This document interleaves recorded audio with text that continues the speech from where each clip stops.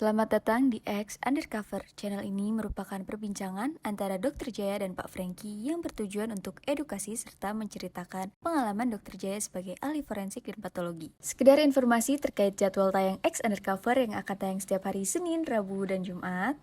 Maka dari itu, untuk mendukung channel ini agar selalu memberikan tayangan yang informatif dan edukatif, kalian bisa dukung kami dengan cara like, comment, subscribe, dan share.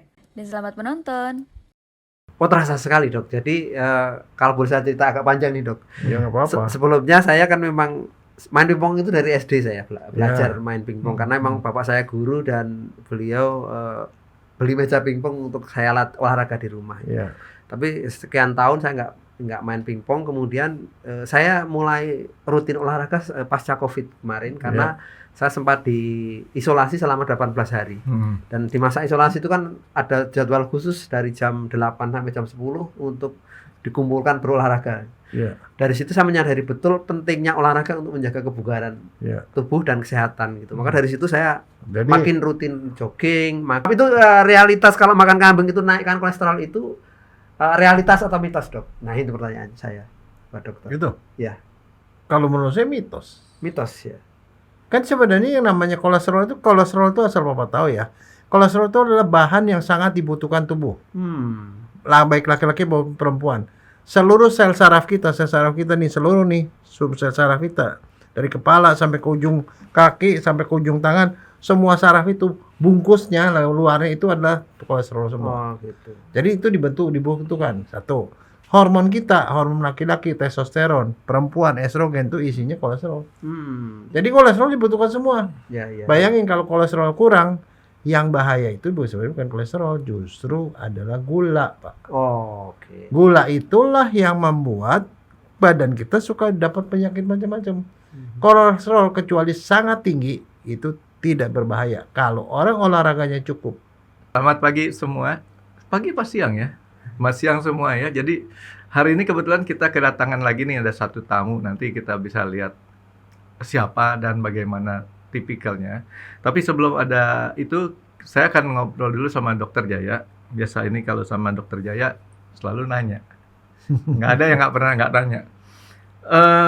Pertanyaannya yang dikirim nih bisa jawabannya pendek, bisa jawabannya panjang.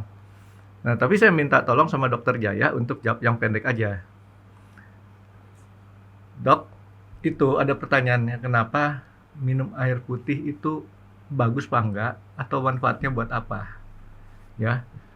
Kedua, pertanyaan lanjutannya, kenapa kalau orang minum air es atau minum es itu sering jadi batuk-batuk, Dok? Nah, jadi ini biasa kalau udah ditanya sama begini, Dokter Jaya nggak bisa ngeles, mesti jawab. Oke. Silakan, Dok. Nah, sekarang soal minum ya. Kalau kita tahu bahwa yang namanya tubuh manusia ya, persentase airnya itu 70%. Jadi 70% badan kita isinya air. Nah, kita tuh seperti berendam di dalam air itu sel-sel semua. Nah, artinya air itu menjadi bahan yang menjadi penyambung antar sel. Kita ada reaksi kimia perlu sel. Pertukaran gas juga itu perlu air. Jadi semuanya tuh memerlukan air, sehingga tanpa air itu badan kita tuh nggak bisa berfungsi sama sekali. Atas dasar itu kita perlu air, tapi kebutuhan air itu juga tidak boleh berlebihan. Ada dosisnya. Biasanya yang normal nih ya untuk orang awam, kita memerlukan air sekitar 2 liter satu hari. 2 liter satu hari. Jadi kalau gelas yang ini 600 ya kira-kira 3 atau 4 botol lah. Kalau yang 2 liter itu ya segitu cukup. Tapi kalau kita aktivitasnya banyak, keringetan segala macam, boleh lebih. So begini, ini kalau kita kurang, kita dehidrasi. Kita bisa masuk ICU.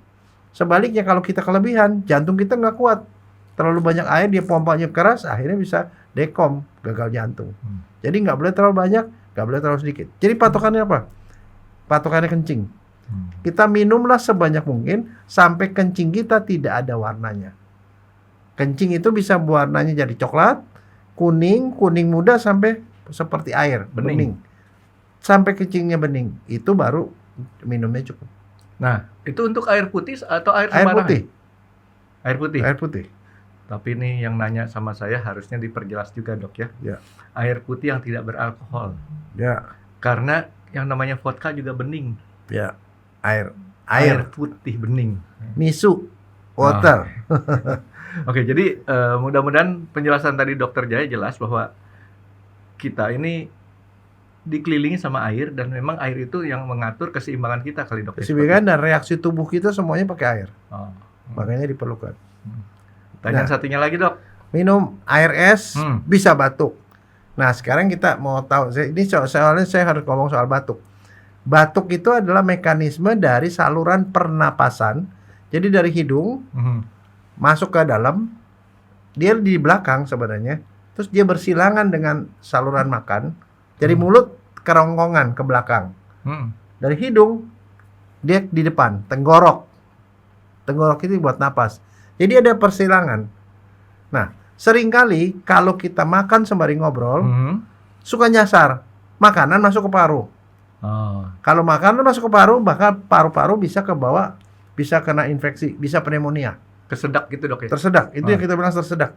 Pneumonia, karena kenapa? Ada kuman di dalam makanan kita, pasti ada kuman atau virus.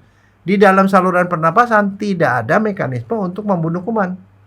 Sedangkan kalau kita makan, masuk ke lambung, di lambung ada asam. Asam akan mematikan kuman, virus, dan lain-lain. Nah, atas dasar itu, waktu itu ada makanan masuk ke saluran pernapasan, otomatis saluran pernapasan akan mengeluarkan supaya itu dia keluar. Karena itu bukan tempatnya. Kamu salah masuk. Dengan mekanisme namanya batuk. Batuk itu ada mekanisme tubuh membuang bahan yang sebenarnya nggak boleh masuk ke saluran napas. Batuknya sendiri seperti itu Dok ya? Iya. Nah, kalau kita minum air dingin, dinginnya itu sendiri merupakan rangsangan buat saluran pernapasan.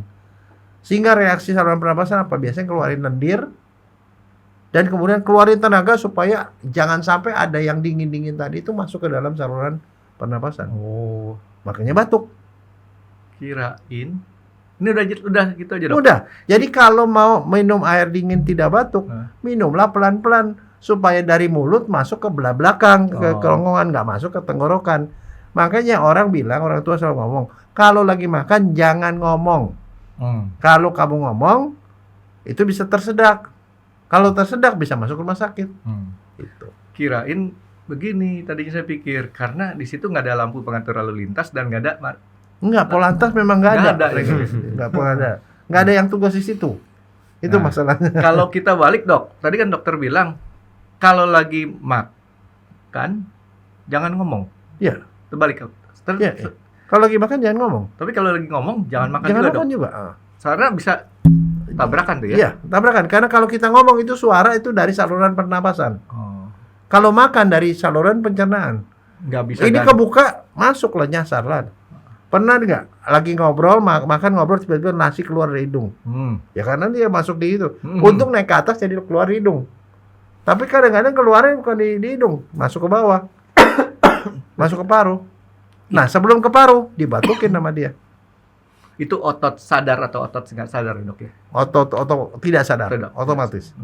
Jadi kalau kadang-kadang orang makan lada, makan cabai, kenapa kok suka batuk-batuk? Itu dia. Tadi saya batuk Dok. Ya. Jadi jangan disalahin kalau di restoran ada anak batuk-batuk setelah makan sesuatu. Hati-hati justru jangan sampai dia itu ada barang masuk ke dalam paru. Dan kalau udah kesedak bahaya Dok ya. Iya, dan anak itu jangan diomelin, itu kecelakaan namanya. Salah masuk, salah saluran. Ya. Oke, nah sekarang kita ketemu sama Pak Basuki Trihandayani. Ya, betul. Ya kan? Jadi orang yang suka berhandai-handai. Handai sholat, segala macam. Ini handainya Handayani lagi ya. Iya. Pak Basuki, sekarang Bapak tinggal di mana Pak? Saya sekarang sedang bertugas di Medan. Saya kerja di Pegadaian dan sudah 8 bulan ini ya ditugaskan di sana. Enak Pak kerja di Pegadaian Pak? Alhamdulillah saya sudah di atas udah 31 tahun bekerja di sana. Waduh. Jadi saya menikmati pekerjaan ini karena satu sisi saya menganggap bahwa pekerjaan ini adalah anugerah. Jadi kalau sehingga saya harus menjaga amanah dengan sebaik-baiknya. Jadi kalau Pak Basuki itu pilihannya cuma 2 Dok. Enak Pak, enak banget. Ya. Nah, Jakarta sama Medan enakan mana Pak? Kalau ngomong di mana-mana pasti ada enaknya dan nggak enaknya ya. Ya. Karena saya lebih percaya tentang perspektif Dok. Ada satu misalnya nih, saya sering menggambarkan ketika kita melihat angka 6. Ya. Itu di sisi dari tempat yang berbeda orang akan melihat angka 9 gitu. Ya. Jadi satu sisi mungkin menurut saya enak, tapi ternyata menurut orang lain nggak enak gitu. Makanya karena saya berusaha terus berpikir positif, maka dimanapun saya mencoba mencari enaknya aja. Ya. Saya melihat sesuatu dari perspektif positifnya aja. Ya. Bapak bisa ngelihat gitu Pak ya, 6 sama 9 Pak ya? Ya. Iya, enggak, kalau pikir 6 sampai 9 saya milih 9. Karena lebih gede. Enggak, itu Mikir yang enaknya. kalau Bapak pintar ngelihat kayak gitu Pak, ada gunanya tuh. Apa tuh, Pak? Judi togel Pak. Nah, terus Pak Bas, Ya. Bapak kan Muslim. Ya. Sedangkan di sana, setahu saya di Medan tuh lebih banyak orang menjual makanan yang non halal. Bukan lebih banyak dibandingkan di kota-kota lain. Di sana tuh lebih bebas kalau nggak salah ya. Betul ya. Ya. Gimana tuh terhadap makanan-makanan gitu? Ada kepengaruh juga nggak? Kalau saya ini kebetulan kan saya diedukasi di sana, kemudian saya diberikan fasilitas driver gitu ya. Makanya waktu itu saya ditanya itu, driver seperti apa yang pengen nemeni Pak Basuki gitu kan. Saya bilang, tolong carikan driver yang rajin sholat. Oh, oke. Itu kata kuncinya itu. Jadi ketika saya punya driver partner kerja saya yang rajin sholat, setidaknya ada 2 hal yang bisa menjaga saya. Pertama, menjaga ketika mengajak makan, ya, jadi pasti sudah paham di mana restoran halal maupun yang non halal gitu ya. Kemudian yang berikutnya selalu mengingatkan saya untuk ibadah sholat gitu, dan tahu tempat-tempat masjid di mana. Jadi salah satunya ketika saya di sana pengen, kalau bisa setiap hari itu saya sholat di masjid yang berbeda gitu. Oke. Nah, gitu. Jadi itu tips and triknya gitu ketika saya tapi ini ditugaskan di benar, sana. karena 5 orang di sekitar kita akan mempengaruhi kita, paling mempengaruhi. Tapi begini Pak, soal halal nih, saya nggak tahu ya. Yang dalam pandangan Bapak namanya halal itu apa sih? Jadi halal itu kalau menurut ajaran Islam itu ada 2 hal, Pak. Yang pertama halal dari sisi materinya. Materinya itu udah diatur lah, misalnya seperti daging babi misalnya, atau alkohol dan lain-lain gitu ya. Itu dari sisi materinya. Yang kedua dari sisi cara mendapatkannya. Cara mendapatkannya bisa jadi itu sapi yang secara material itu halal. Tapi ketika sapi itu diperoleh dengan cara mencuri, maka menjadi haram. Oke. Jadi ada dua cara itulah untuk menilai. Nah, repotnya di kebanyakan kita itu kadang-kadang kita terhadap kehalalan materi itu kenceng gitu. Tapi terhadap cara mendapatkannya agak-agak longgar. Dan cara prosesnya kalau nggak salah juga ya mempengaruhi halal enggaknya Pak ya? Ya, proses itu ketika proses Sembelih. Proses menyembelih ya. Itu salah satu prosesnya ya. Nah, sekarang ini Pak. Ini saya mau nanya ini karena kenapa? Saya punya pengalaman pada waktu saya sekolah di Jepang, Pak. Saya sekolah di Jepang yang kebetulan saya sekolah di kampus yang banyak orang muslimnya juga. Ada orang bulenya juga banyak. Dan di situ saya ketemu dengan banyak komunitas. Komunitas, ada orang dari Arab, ada orang dari segala macam. Nah, ada ajaran yang berkembang di sana, di kalangan mereka bilang bahwa yang namanya halal itu termasuk mengucapkan bismillah terhadap barang yang binatang yang dipotong. Nah, itu dipakai 100% sama teman saya. Dia seorang dokter dari Bandung yang selama di sana sekolah, dia mau ngambil S3, Pak. Sekolah S3 kan bisa 5 tahun, Pak. S3, saking dibilang seperti itu, dia bilang kalau kamu makan ayam sekalipun kalau nggak pakai bismillah, ayamnya haram. Maka setiap tahun, Pak, setiap hari dia makan telur ceplok, Pak. Karena dia tidak bisa menjamin bahwa ayamnya itu halal. Nah, itu yang terjadi sampai akhirnya dia jadi gagal jadi sekolah. Kok jadi gagal? Lo susah makannya. Sebenarnya ada pilihan lain, Dok. Itu satu. Yang kedua, dia gagal juga karena dia tidak bisa beradaptasi. Soal alkohol, orang Jepang seperti Bapak tahu, orang Jepang tidak pernah minum air. Air itu nggak pernah diminum. Dia minum tuh bir paling sedikit. Nah, dia saban kali sama profesor dia mau diajak jalan-jalan, dia ada pesta. Pesta nemeni profesor tamu. Dia nggak mau datang. Alasannya, saya tidak minum bir. Saya bilang, saya juga tidak minum bir. Saya pergi, saya minum jus. Saya bisa kampai, bisa apa gitu. Itu namanya adaptasi. Dia gitu. Jadi akhirnya dia tidak disukai sama profesor. Tapi itu baru saya tahu, baru saya dengar soal bahwa bismillah terhadap ayam itu menentukan halal dan haram. Karena di Indonesia kan kita beli ayam, kita nggak pernah tahu pakai bismillah apa enggak. Ya. Betul kan? Terus misalnya pemotongan sapi di Pejagalan, apakah selalu diomongin tuh ayat-ayat pada waktu dipotong? Kan sekarang udah pada pakai mesin, Pak. Ya, ya. Apakah kalau pakai mesin kemudian pakai kaset itu termasuk halal atau haram? Tapi belakangan saya tidak tahu. Ini asumsi saya.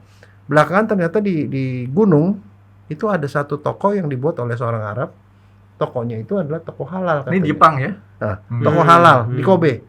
Toko halal. Nah, toko halal itu menjual ayam dan segala macam yang halal. Jadi saya membaca itu digeserin dari ke arah ekonomi gitu loh. Bukan dari syariat. Nah, makanya saya mau nanya sama Bapak nih. Tadi Menurut pandangan Bapak gimana? Pak Basuki bilang ada alternatifnya. Ya, ada alternatif. Jadi pertama begini. Kalau kita tidak yakin atau pertama kalau tidak yakin ya lebih baik ditinggalkan. Gitu. Ya. Karena kan ada dalil juga bahwa antara yang hak dan yang batal itu jelas. Ya. Tapi di antara keduanya itu ada yang meragukan. Ya. Dan ketika ragu-ragu lebih baik ditinggalkan. Ya. Karena pasti ada alternatif, Dok. Ya. Ketika misalnya saya ragu-ragu makan daging ayam, sehingga kalau teman dokter tadi kan milihnya makan telur. Sementara ada alternatif lain, makan ikan. Ya. Karena ikan itu meskipun bangkai itu hukumnya halal. Bapak cerdas ya. Ya. Gitu. Iyalah. Iya. Jadi, Iyalah kalau nggak dipakai lah. jadi kan pertama karena ikan itu halal. Jadi meskipun itu bangkai sepanjang masih layak untuk dimakan itu halal itu. Dan yang kedua aman dari takut ditenggelamkan Bu Susi. Kalau nggak makan ikan nanti saya tenggelamkan. Ya jadi gitu ya. Pertama itu. Yang kedua kalau tadi pertanyaan soal akad ya, soal basma pembacaan bismillah gitu ya. Karena memang ada dalil juga kalau misalnya kita memotong binatang yang memang syaratnya untuk mematikan itu harus dengan dipotong. Itu harus dipotong dengan menyebut nama Allah gitu, nama Tuhan gitu ya. Di Islam nama Allah gitu. Nah, itu kadang-kadang saya juga pernah juga ada yang ketika saya di Pegadaian Syariah ada yang menanyakan gini, itu kan cuma akadnya saja gitu dong. Loh, ternyata akad itu tidak sederhana. Oh, itu cuma akad, cuma beda kata-kata. Akhirnya saya sampaikan gini, coba kalau misalnya Bapak disuruh milih itu, mau disuguhi ayam, ketika Bapak menyaksikan motong ayam itu dibacakan Bismillah, Bismillahi Allahu Akbar, bacaan lengkapnya ya. Lengkapnya seperti itu ya? Ya, dengan nama Allah, Allah yang Maha Agung. Terus yang satunya dipotong dengan menyebutkan nama Nyai Roro Kidul, penguasa Ratu Pantai Selatan. Kira-kira dari dua kalimat itu, yang sama-sama itu adalah kata-kata yang keluar dari mulut, Bapak pilih yang mana? Lebih yakin yang mana? Apakah lebih nyaman dengan bacaan Bismillahi Allahu Akbar, atau lebih yakin dengan atas nama Nyai Roro Kidul, penguasa Ratu Pantai Selatan? Itu analogi yang waktu itu saya sampaikan. Yang ekstrimnya seperti itu ya. Dan akhirnya beliau bisa menerima. Yang kedua, kalau kita mau menikah berhubungan biologis antara laki-laki dan perempuan, gitu kan? Itu sebenarnya kalau secara fisik itu kan sama aja, Dok. Meskipun saya belum pernah coba itu. Artinya yang satu pakai akad dengan cara agama masing-masing lah ya. Yang satu menggunakan akad nikah misalnya yang muslim dengan cara di KUA, yang non muslim bisa dengan cara di sesuai agamanya masing-masing. Di gereja. Dengan yang satu hanya mengatakan aku cinta kamu, ya saya juga cinta, lalu kedua-duanya melakukan hubungan suami istri. Pakai urat. Pakai urat yang sama gitu kan. Ternyata kan secara ketenangan, secara kejiwaan psikologis pasti menghasilkan kenyamanan yang berbeda kan, Dok. Yeah. Nah, itu yang membuat ketika agama, saya pikir di semua agama sama, mengatur bagaimana kita hidup, bagaimana kita melakukan hubungan suami istri, bagaimana kita makan makanan atau minuman, itu ada aturan itu karena tujuannya apa? Untuk kenyamanan manusia itu sendiri sebenarnya gitu, Dok. Tapi yang Pak Basuki tadi jelasin tuh saya mungkin agak mengkoreksi sedikit, ya. Pak Bas. Itu kan sekarang di mana orang mengenal agama, sudah mengenal kebudayaan. Kalau zaman dulu kan beda ya. Ya, makanya begini, kalau di dalam agama saya gitu ya. Ketika seseorang itu belum mendapatkan dakwah gitu ya, belum mendapatkan informasi tentang kebenaran, maka dia masih boleh masih sifatnya masih natural gitu ya. Ya. Belum dibebankan atas hukum. Argo belum jalan deh. Ya, betul. Tapi persoalannya kalau sekarang sebenarnya informasi kan sudah terbuka dengan cara apapun. Maka ketika sekarang misalnya orang sudah punya handphone dengan macam-macam, mendapatkan informasi dengan mudah, terus dengan alasan saya belum mendapat hidayah, saya belum mendapatkan informasi, menurut saya itu adalah cara untuk menutupi saja gitu. Itu sih Pak Franky. Nah, tapi begini Pak, misalnya ya, saya nggak tahu ya. Kalau ke supermarket misalnya contoh, kita lihat tuh ada ayam banyak tuh, ayam bentuknya ayam yang di tempat jualan ayam, kan kita nggak pernah tahu itu pakai Bismillah apa enggak. Ada beberapa orang yang bilang bahwa ya tidak masalah mau Bismillah ya enggak, asal waktu kita mau masak ya kita ucapin Bismillah. Jadi artinya boleh itu. Kalau enggak diperbolehkan, berarti seorang muslim tuh harus beli ayam hidup yang jelas-jelas dipotong dengan mengucapkan Bismillah. Kan itu lebih repot Pak. Ya. Itu. Ya, jadi begini, makanya kan tadi kan saya sampaikan di awal, ketika ada yang ragu-ragu tinggalkan. Mendingan gitu kan. tinggalin. Nah, tetapi kan itu saya pikir misalnya kita memang kondisi darurat, namanya darurat pasti apapun boleh kan. Ya. Makanya tidak hanya berhenti di situ. Maka ketika kita mau makan pun, itu kita harus membaca doa. Itu adalah ibaratnya kayak main bola itu goalkeeper lah gitu. Tapi paling aman yang Pak Basuki bilang tadi, alternatif. Ya. Nggak usah dipaksain makan ayam.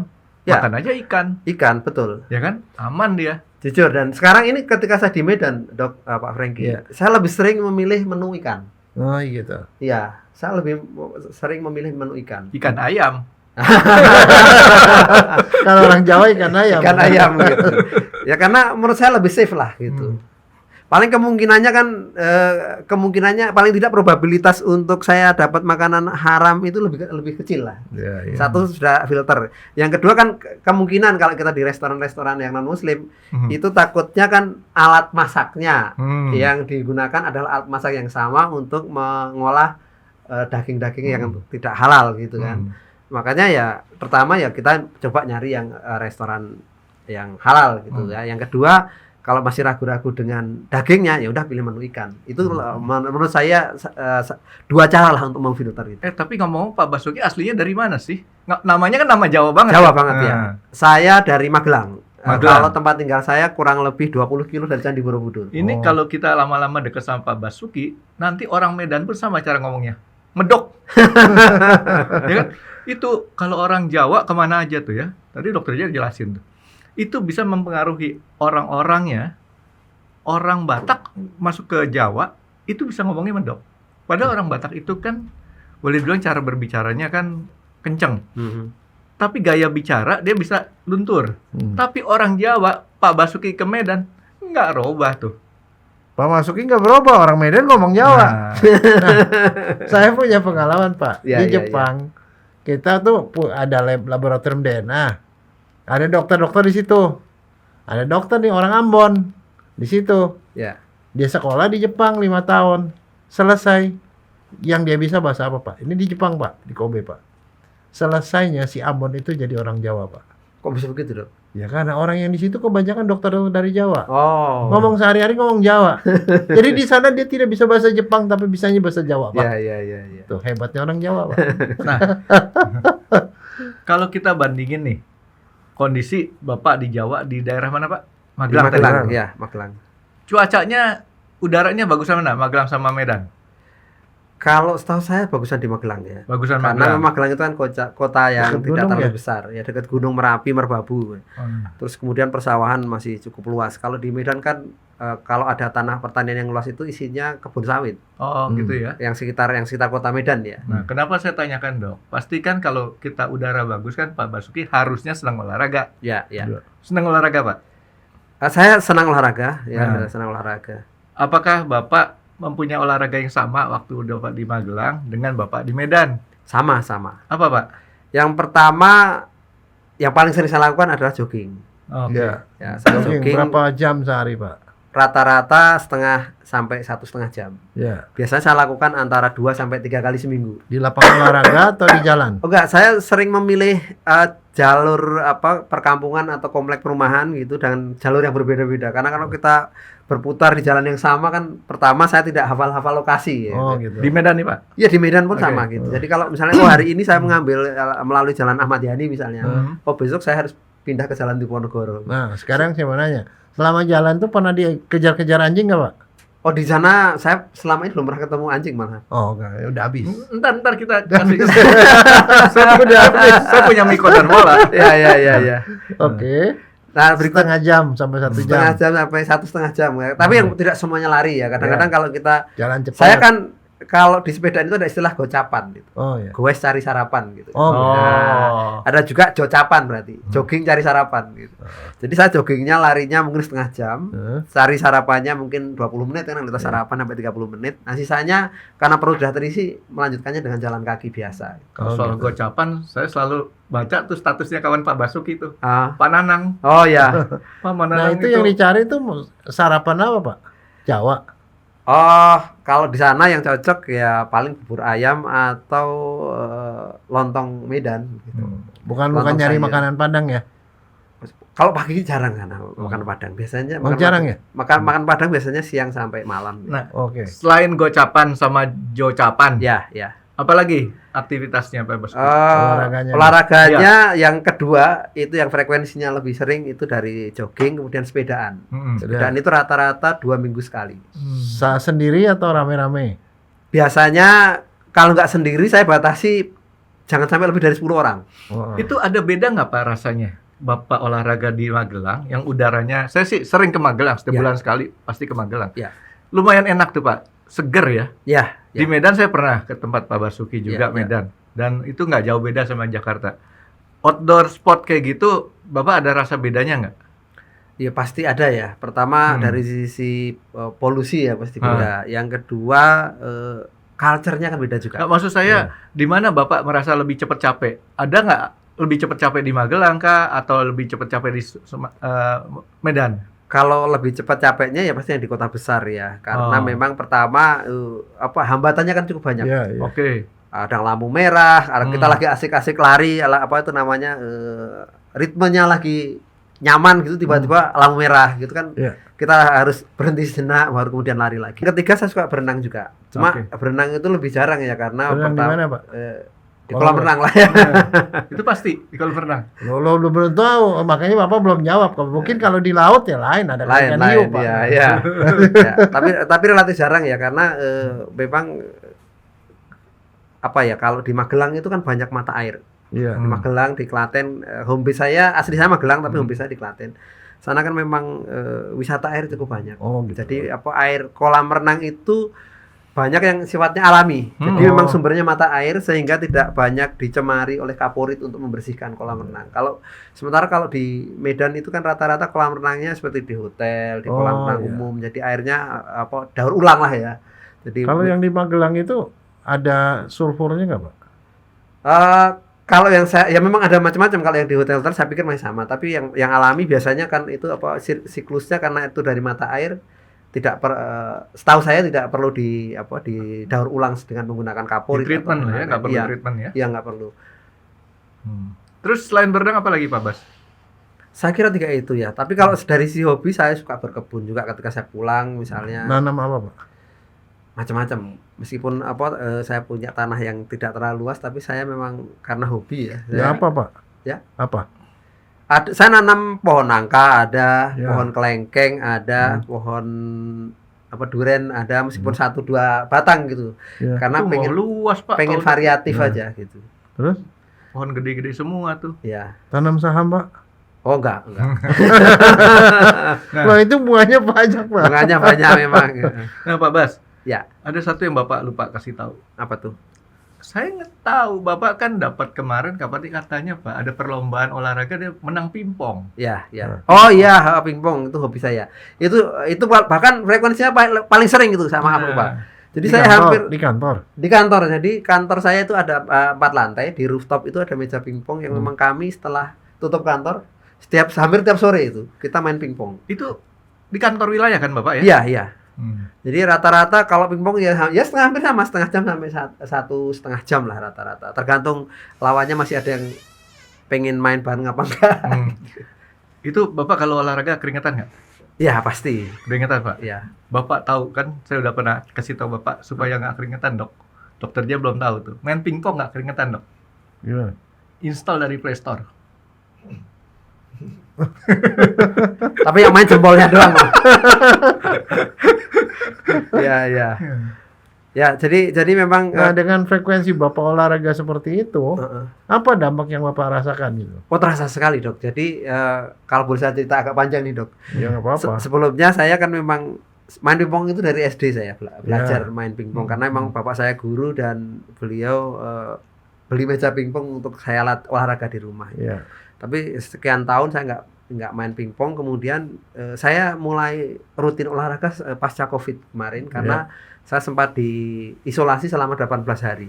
Dan di masa isolasi itu kan ada jadwal khusus dari jam 8 sampai jam 10 untuk dikumpulkan berolahraga. Ya. Dari situ saya menyadari betul pentingnya olahraga untuk menjaga kebugaran Ya. tubuh dan kesehatan gitu. Maka dari situ saya Jadi makin rutin jogging, makin rutin sepedaan, dan sekarang ada hobi lama main pingpong yang mulai saya tekuni lagi. ya bangkit kembali lah itu ya kebiasaan lama tuh. Iya betul. Ini Pak Basuki nyindir saya, Dok. Kemarin udah dibahas, treadmill ada, bodybuilder di rumah ada. Saya juga punya meja pingpong tapi nggak pernah dipakai. Atau setelah ini kita sparring, Boleh, Pak Frendy. Boleh Pak Bas. Ya, jadi meja pingpong nanti saya cukup sparring, Bapak Basuki main, nanti saya percayanya sama Ilham. Yang main. paling penting itu langkah pertama, Franky. Nah, gimana? Kalau langkah pertama udah main ya udah. Hmm. Soalnya orang itu nggak mulai karena langkah pertamanya kagak ada. Iya, iya. Hmm. Dan yang kedua keseriusan, Dok. Ya. Keseriusan. Saya punya prinsip memang kalau saya komunikasi sama teman-teman itu di situasi non formal, saya lebih suka canda, obrolan-obrolan ringan yang buat kita happy gitu ya. Tapi kalau dalam hal aktivitas saya lebih serius gitu, termasuk pingpong. Saya nggak peduli lawan saya itu apakah memang jagoan atau baru belajar. Tapi ketika ada bola tinggi dan menurut saya nyaman untuk saya smash aja gitu. Ini Pak Basuki mirip saya, Dok. Serius orangnya. Iya. Saya serius, Dok. Pak Bas. Sampai bercanda aja saya serius. Serius. Ya. Nah, kenapa saya tanyakan mulai dari sini. Saya tuh mau tahu, Pak Bas. Orang kan selama hidup kan dalam hidup nggak lancar-lancar benar kan? Ya. Seringkali kita sakit. Pak Bas itu pernah jatuh sakit Berat. yang Agak panjang berat nggak gitu? Ya agak berat. Saya yang paling lama ya COVID itu. Gitu kan Covid COVID kan tapi udah- badan sebenarnya sehat. Saturasi sampai berapa? Saya lupa ya, Dok ya. Tapi yang jelas waktu itu saya kondisinya ya sempat merasakan dada saya seperti ditindih batu setiap Iya, malam terus tidur. di ronsennya putih semua. Oh enggak belum sampai ke sana. Belum sampai ke sana. Belum sampai ke sana. Tapi ya sebenarnya nggak sakit apa-apa, Bapak. Kalau COVID kan berjamaah rame-rame. Ya, Pak. tapi saya terasa betul badan itu apa ya? Napas lumrah, doang kan lemes, nafas, terus kemudian pening juga. Bapak tahu Covid dari mana? Kata dokter pastinya. Tapi Bapak kalah sama orang Madura, Pak. Kenapa, Dok? Orang Madura nggak kena Covid. Ya. Karena mereka nggak mau diperiksa Covid. Dok, jangan kenceng-kenceng, Dok. Fitri lagi mendem tuh di bawah meja, Dok. Enggak, tapi maksudnya gini loh, Pak. Bapak deh udah seumur gini. Umur berapa, Pak? Tahun ini September nanti 53. Oke. Ih, jauh ya sama Nah, saya. segitu. Ya. Pernah nggak dirawat di rumah sakit? Selain Saya COVID nih. selain COVID, saya pernah hemoroid aja, Dok. Hemoroid. Hemoroid sih nggak ada operasi. hubungannya. Ya, nggak ada hubungannya. Hemoroid apaan sih? Itu Hemoroid. wasir. Hah? Wasir, ambeien. Wasir. bahasa Wasir jangan- mah nggak ada hubungannya. Pakai bahasa mah jangan yang keren-keren dong. Enggak, hemoroid semua tahu, Franky. Oh, saya nggak tahu.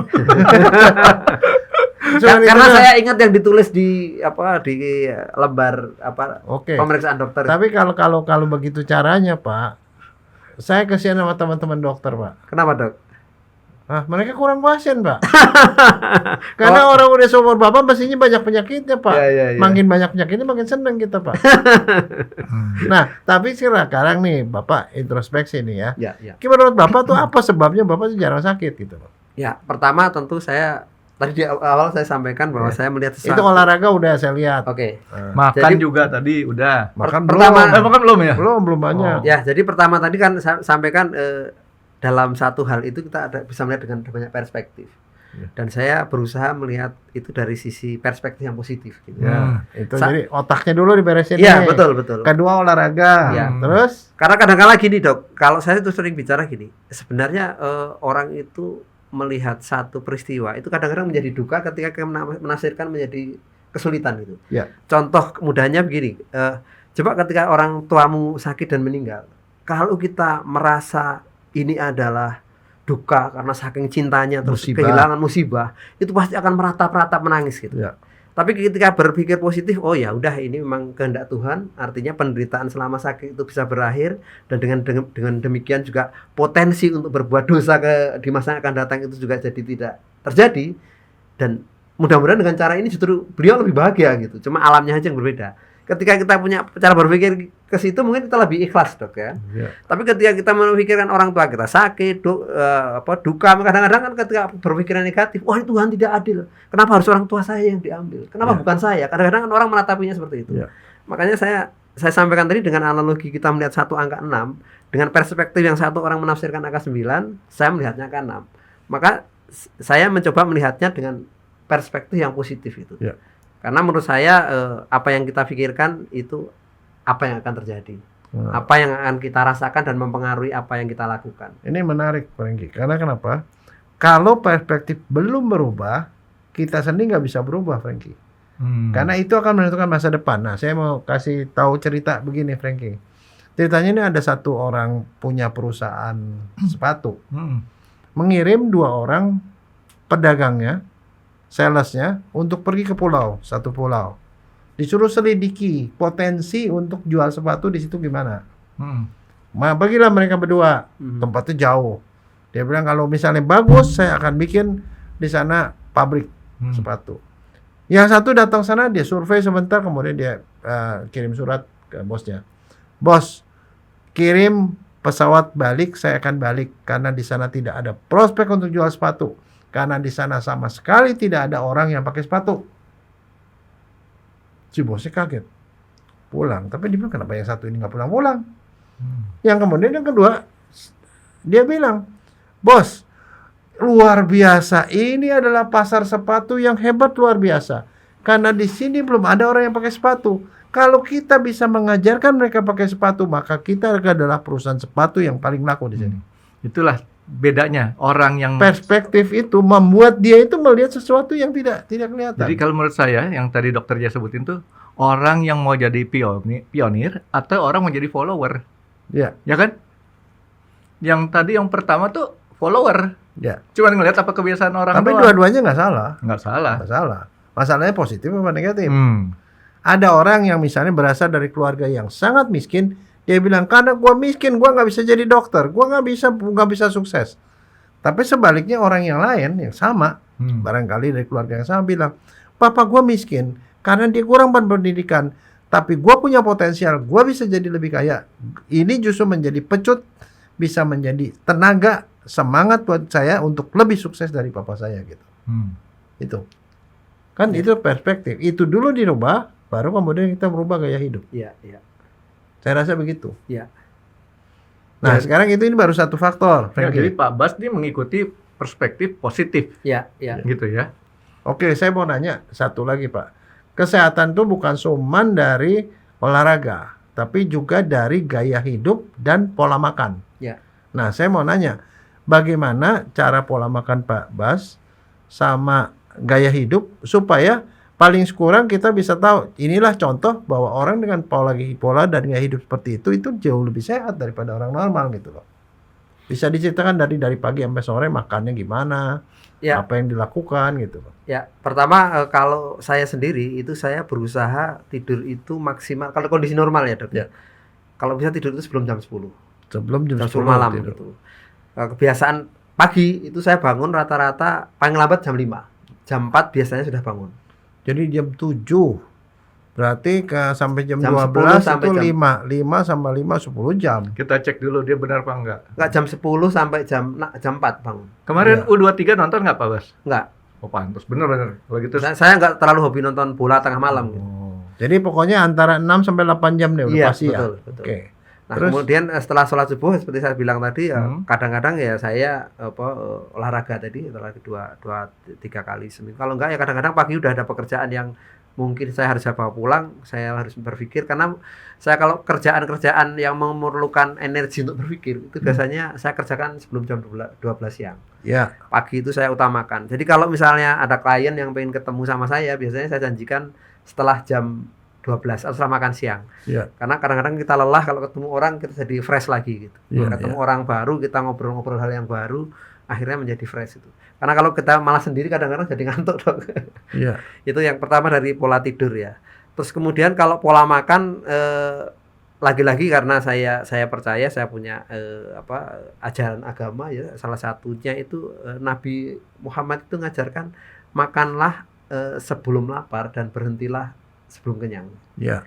Artinya kita makan ya kalau tidak perlu banget ya jangan diisi terus gitu. Karena ya saya kira kita harus bersikap adil terhadap tubuh kita kan. Ketika tubuh kita perlu istirahat harus diberi haknya untuk istirahat.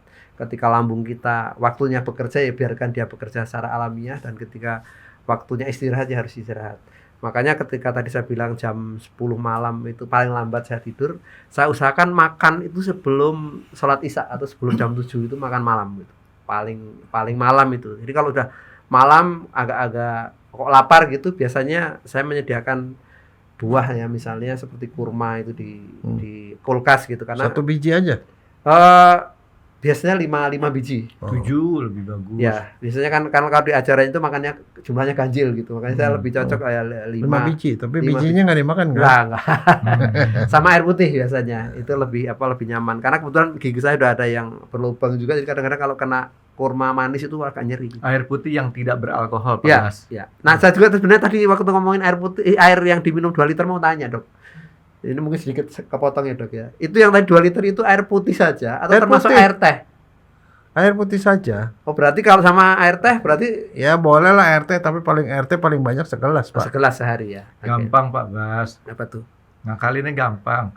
Bapak tetap minum air teh, taruh filter di sini, masuk ke dalam jadi putih. Atau pakai masker ya buat filternya. Iya.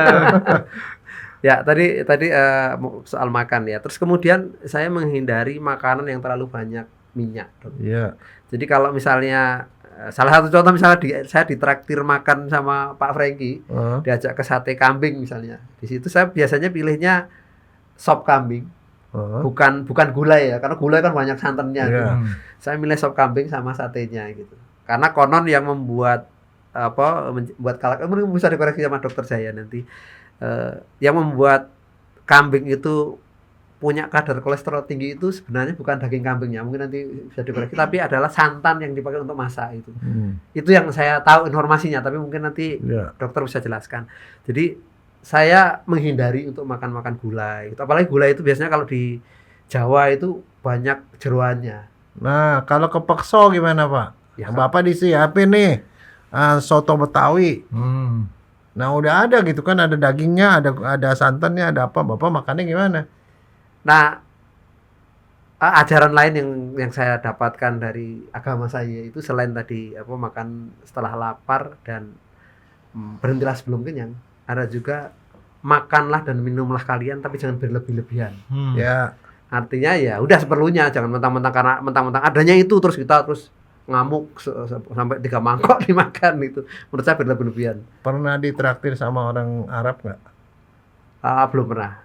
Tapi di traktir diajak makan di restoran Arab pernah. Itu tahu ya, ada tampah, Ya. ada kambing, Ya. kambing-kambingnya tuh diurukin sama nasi. Ya. Dan sekali makan 1 paha bisa habis tuh. Ya. Ya. Bapak makannya seberapa banyak? Ya secukupnya saya aja. Ya, kalau orang Indonesia memang agak beda, Dok. Saya sih jarang ya bergaul dengan orang-orang dari Timur Tengah, tapi saya pernah ke Timur Tengah, ke Doha beberapa hari. Itu makanannya memang enak-enak sih di sana. Beda sama makanan Timur Tengah yang ada di Indonesia sini ya. Tapi kebudayaan kita, Asia, dengan kebudayaan Timur Tengah dan Eropa, itu sangat berbeda. Mereka tuh kalau ngambil makanan, Dok, jadi dokter bilang ambil 1 paha utuh, buat saya nggak aneh. Kenapa? Bule juga gitu. Ini 1 kali saya ajak makan, saya punya tamu dari Amerika ke satu tempat sate yang terkenal di Senayan. Saya kasih makan sate. Kita biasanya kan sate itu kan satu tempat itu buat rame-rame. Saya pesen lah 20. Saya pesen maksudnya 10 gitu kan ya.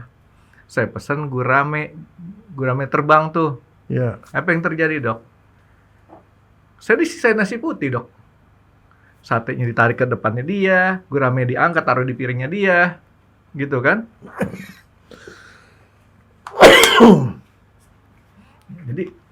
Jadi gurame tarik ke tempatnya dia. Saya pikir saya harus pesan ulang lagi tadi buat sharing gitu kan. Iya, iya, iya. Jadi nggak aneh tuh kalau saya Dokter Jaya bilang si orang itu makannya ditanya Pak Basuki, makannya berapa banyak? Pak Basuki berarti masih belum ketularan, Dok. Masih tetap orang Indonesia gitu ya. Benar ya? Turki. Selain hemoroid, Bapak nggak ada penyakit apa-apa lagi? Sempat kolesterol tinggi, tapi ketika intensitas olahraga saya semakin sering, itu nyeri-nyeri itu hilang dengan sendirinya. Pengertian tinggi itu karena apa? Terasa ketika misalnya di otot-otot pundak. Tapi diperiksa nggak? Diperiksa.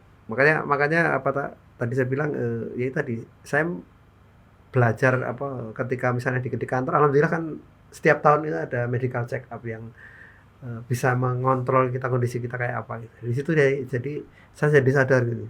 Dan tadi ke dalam konteks ketika kita ngobrol-ngobrol, kenapa mungkin di usia kepala 5 relatif masih sehat, sementara banyak yang anak-anak muda yang mungkin belum kepala 3 aja udah saya waktu bareng-bareng check up itu ada asam uratnya tinggi, kolesterolnya tinggi, dan kesehatannya memang mereka tidak peduli dengan kesehatannya sendiri. Nggak ketukar sama Pak Basuki punya tuh ya?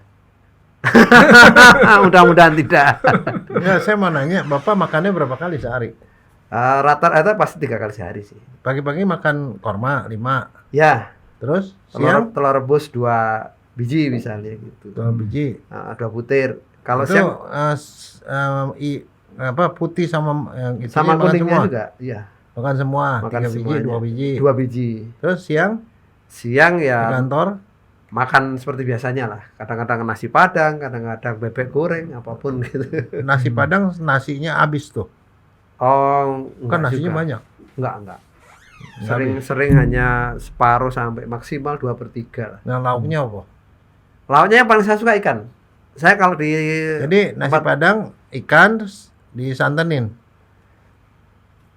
Ya, tapi nggak sama kuahnya biasanya. Ya. Kalau misalnya saya suka makan, biasanya menu favorit saya di rumah makan Padang itu kepala ikan. Tetapi saya tuh nggak sampai kuah-kuahnya banyak gitu, enggak. Oke, itu aja ya. Tapi yang saya mau, sorry Dok, saya potong. Yang saya mau ini Dok, tadi kan Pak Bas tuh sempat ngomong, anak-anak muda hasil labnya tuh lebih jelek daripada Pak Bas. Makanya saya tadi klarifikasi, ketukar apa enggak? Dia bilang mudah-mudahan enggak. Ini fenomena apa sih Dok? Anak muda kok lebih jelek hasil labnya daripada Enggak, Pak makanya Bas? sebelum kita adjust itu, kita adjust dulu orang yang udah pasti omongnya benar. Karena dia yang hidupkan. Makanya makannya apa? Nah, makanan Padang, bukan cuma makanan Padangnya, masalah nasinya sebanyak itu dihabisin nggak? Terus lauknya apa? Nasi Padang tuh cuma segini Dok. Enggak, belum tuh. Kalau dibungkus lebih banyak. Bisa kalau dibungkus Padang lebih mana besar. ya? Enggak. Restoran Padang beda-beda loh. Nasi Enggak, Padang. itu kalau makan di tempat kecil dikit, tapi kalau dibawa ke rumah banyak. Oh iya Satu. betul. Kedua tuh lauknya apa? Ya. Karena kalau lauknya itu di situ Kikil misalnya. terus udah gitu otak, Ya, otaknya 3 biji kayak Ya, gitu ya. Itu kan jadinya ceritanya lain. Iya.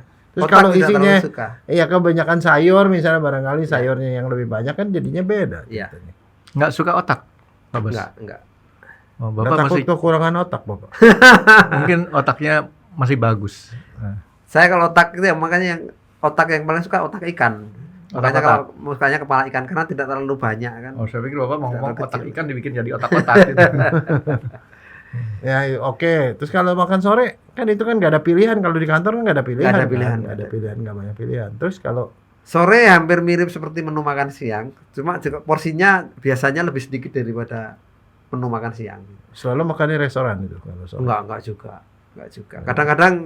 Kadang-kadang kalau misalnya memang tergantung mood juga ya, karena memang kadang-kadang kan soal selera juga itu. Tapi yang jelas saya coba dari si waktu tadi seperti saya sampaikan sebelum jam 7 itu sudah Perbandingan nasi, sayur sama lauk bagaimana?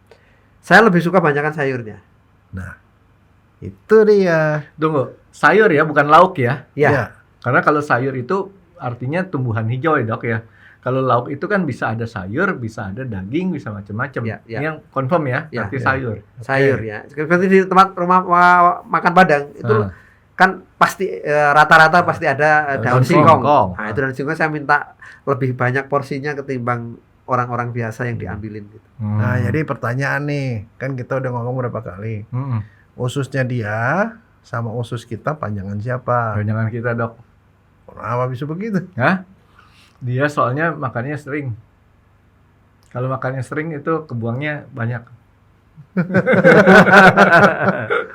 Enggak, kita belum ukur ususnya dia. Karena saya biasa suka ngukur usus, Pak. Oh iya. Kalau lagi otopsi saya ukur usus. Ya, mau diotopsi. Bukan. Bukan kira-kira. Jangan, Pak Bas. Jadi kemungkinan yang suka makan di warung makan Padang dan menunya lauknya pakai usus gitu, ususnya lebih panjang ya, Dok ya. Karena ditambah lagi sama Enggak, usus-usus. kenyataannya lebih pendek. Oh iya. Yang makan sayur banyak itu lebih panjang. Oh gitu, Dok. Iya, orang Yang Sunda susah banyak dicernanya. Oh iya iya iya. panjang. Nah, kambing, sapi itu panjang. Berarti lebih sehat kalau banyakan makan sayur, Dok? Iya dong. Oh, oke. Nah, itulah salah satu rahasia awet mudanya beliau ini, bukan soal makan Padangnya, jadi jangan salah. Tapi Yang masalah dia dimakannya. yang dimakannya sayur Iya, dan iya. makannya nggak pernah sampai kenyang. Artinya kebalikannya, Dok. Anak-anak muda sekarang nggak ngerti tuh. Nah, Bapak kalau minum, kalau ke restoran atau baikan, minumnya apaan tuh airnya? Harus ada air putih pasti. Harus air putih. Harus ada air putih. Nggak pernah ada yang lain-lain, air berwarna-warni, Oh iya, kadang-kadang ada, tapi tetap saya harus imbangi dengan air putih. es krim. Es krim nggak terlalu suka. Saya sama es itu nggak terlalu suka. Merokok, Merokok tidak, minum alkohol tidak. brem. Brem nggak juga. Pak Bas, Alkohol nggak, brem. Nggak juga. Pak Bas, Scotch. Pak Bas jangan nanti cerita ini sama orang rumah ya. Kenapa? Orang rumah saya. Kenapa orang ini? Kalau kayak begini ceritanya, kapan lagi kita dikasih makan yang enak atau minum yang enak-enak? Ya sebenarnya kalau makanan enak menurut saya juga. Maksud saya gini loh, Nah, alkohol nggak pernah. Nanti kalau misalkan orang rumah bilang, saya lagi pas ada tamu minum alkohol gitu ya, itu inget tuh, Pak Bas nggak pernah minum alkohol gitu kan, celakalah saya gitu. Jadi kalau soal makanan enak, saya justru bersyukur nyaris semua menu makanan saya makan gitu ya. Artinya ketika orang-orang bilang jangan makan kambing dan seterusnya, saya dia ditantang, ayo kita makan kambing, daging kambing, ayo. Gitu. makan daging kambing. Makan aja. Jadi nasi goreng kambing makan, Makan. sate kambing makan, Ya. sop kambing makan. Sop kambing makan. Tapi kalau gulai memang saya hindari, Dok. Nah, saya seperti saya sampaikan tadi, benar nggak tadi bahwa daging kambing itu Sate dimakan. sate makan? Itu apakah Tadi pertanyaan Pak Bas tuh gini, apakah benar nggak apa yang di daging kambing itu yang bagian gaji-gajinya gitu ya? ini apa yang membuat itu realitas kalau makan kambing itu naikkan kolesterol itu realitas atau mitos, Dok? Nah, itu pertanyaan saya, Pak Dokter. Gitu. Ya. Kalau menurut saya mitos. Mitos ya. Kan sebenarnya yang namanya kolesterol itu asal Bapak tahu ya. Kolesterol itu adalah bahan yang sangat dibutuhkan tubuh. Baik laki-laki maupun perempuan. Seluruh sel saraf kita nih, seluruh nih sel saraf kita, dari kepala sampai ke ujung kaki sampai ke ujung tangan, semua saraf itu bungkusnya luarnya itu adalah kolesterol semua. Oh, gitu. Jadi itu dibutuhkan. Satu, hormon kita, hormon laki-laki testosteron, perempuan estrogen itu isinya kolesterol. Jadi kolesterol dibutuhkan semua. Ya, ya. Bayangin kalau kolesterol kurang, yang bahaya itu sebenarnya bukan kolesterol, justru adalah gula, Pak. Oh, oke. Gula itulah yang membuat badan kita suka dapat penyakit macam-macam. Kolesterol kecuali sangat tinggi itu tidak berbahaya. Kalau orang olahraganya cukup, pola hidupnya benar, kolesterol itu tidak pernah akan bikin masalah. Oke. Itu berarti Pak Franky kalau mau traktir kambing sama saya jangan ragu-ragu lagi ya, Dok ya. Iya. Enggak, jadi gini kesimpulan saya nih, Dok. Kesimpulannya Pak Basuki olahraganya kurang. Udah segitu banyak karena kolesterolnya sempat tinggi katanya. Itu sebelum saya olahraga, Dok. Rutin, sekarang Oh, rutin. gitu ya. Iya, iya. Ngelesnya Tapi pintar. orang kayak bapak ini bahaya. Nggak membuat dokter itu bisa makmur. Bermasalah lah. Orang 50 tahun kagak sakit-sakit. Jadi artinya dia dengan kata lain tuh dia nantangin, Dok. Habis ini kita makan sate kambing lagi. Nih, ada seorang peneliti nih melakukan penelitian di Panti Jompo. Dia mau tahu itu sebenarnya alasan orang untuk awet muda tuh apa sih gitu. Nah, dilihat di pojokan tuh ada orang yang lumayan tua. Dia tanya, "Pak, Bapak udah umur segini kelihatan masih segar. Apa Pak rahasianya, Pak?" Ditanya semua rahasianya. Cuma satu yang dia itu beda sama orang. Apa? Saya tidak merokok sama sekali. Dari kecil pun nggak pernah merokok. Dia tulislah kesimpulannya. Tidak merokok membuat awet muda. Gitu ya. Ya. Jadi bagi tempat yang lain, tanya. Semuanya tidak ada beda. Bedanya apa satu? Saya tidak minum alkohol katanya. Wah, minum alkohol ditulis. Catat lagi. Catat. Cari-cari lagi. Ada orang yang lebih tua lagi. Coba. Apa? Semuanya dia apa? Alkohol minum, rokok minum. Cuman saya satu. Saya tidak main seks. Tidak main seks. Wah, tidak main seks satu. Dia paling pojok tuh ada tuh orang tua. Lebih tua lagi, Pak. Penampilannya udah tua banget. Sampai, Pak, saya mau nanya, Pak. Bapak ini kayaknya orang paling tua di sini. Iya. Terus Bapak gimana? Apa yang? Saya siapa aja sih, bebas. Apa maksudnya? Bapak ngerokok? Ngerokok 1 hari 1 bos, dia bilang. Bapak minum alkohol? Minum semua saya. Cewek? Semua cewek saya pasarin, dia bilang. Lah, teori selesai kan? Teori nggak berlaku kan? Bapak umur berapa? Baru 40.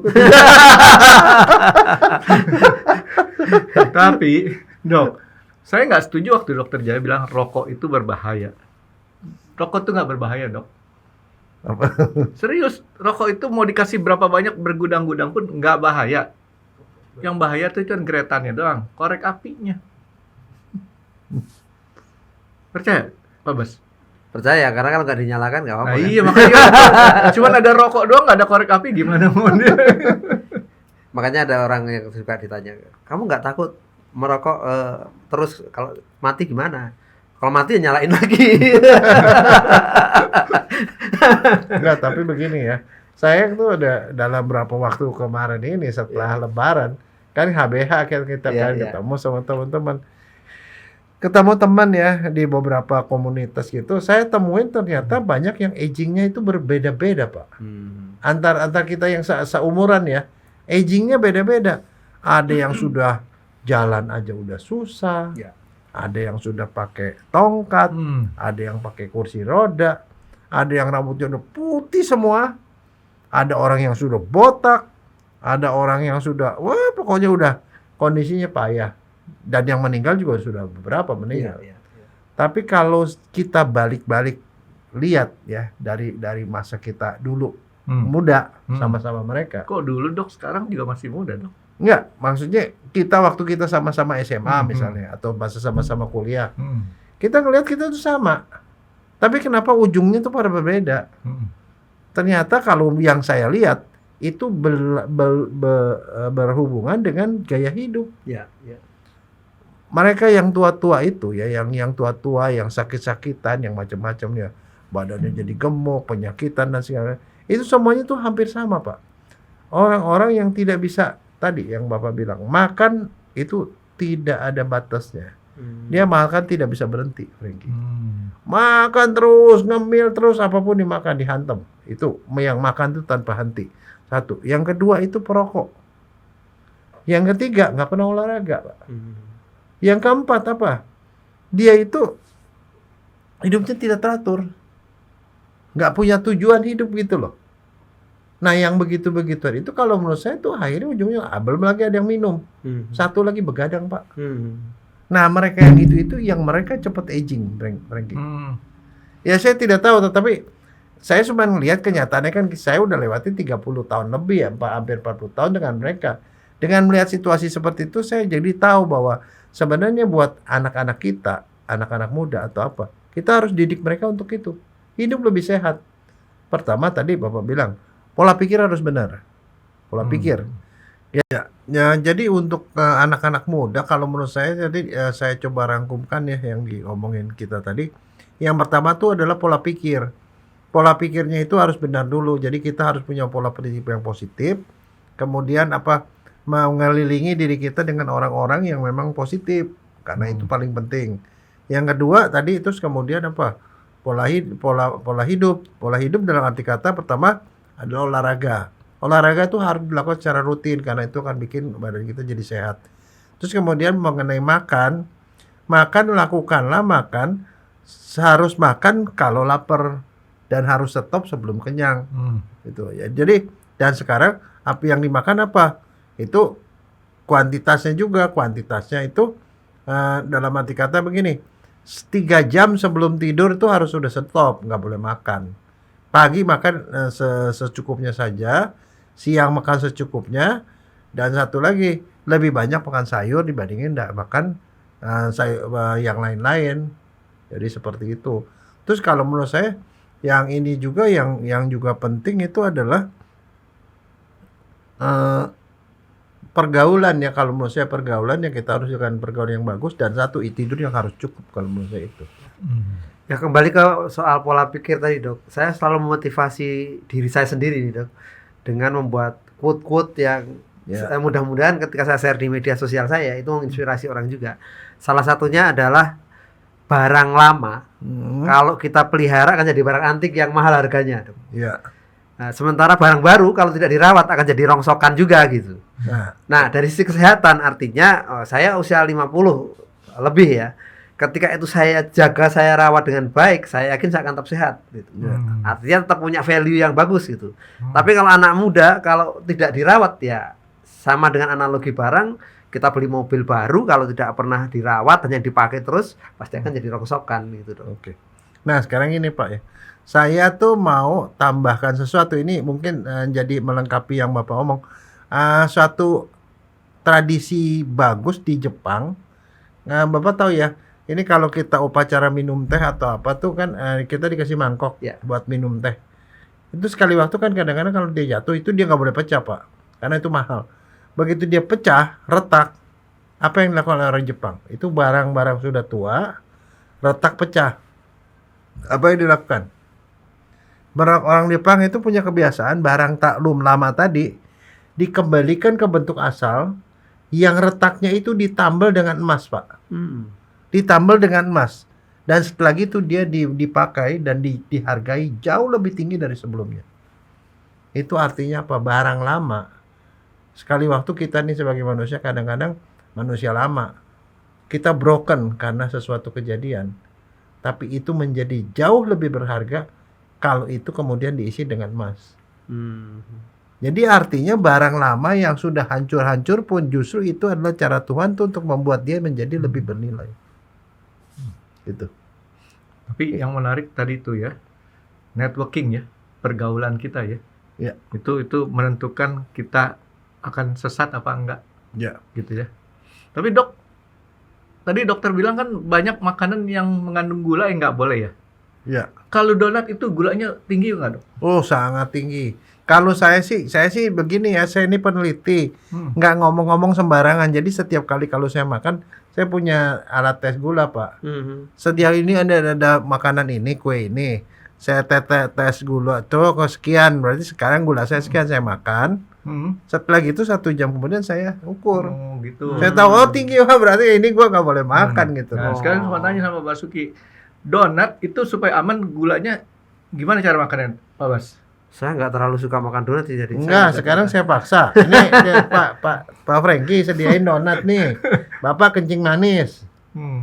Bapak bilang gitu, nggak enak. Apa awas tuh kalau nggak makan lu bukan teman gua katanya kalau nggak makan. Dokter Jaya sudah saya informasikan. Jadi dia bilang, Pak Basuki bukan temannya Pak Franky kalau tidak makan donat yang disediakan. Nggak menghormati.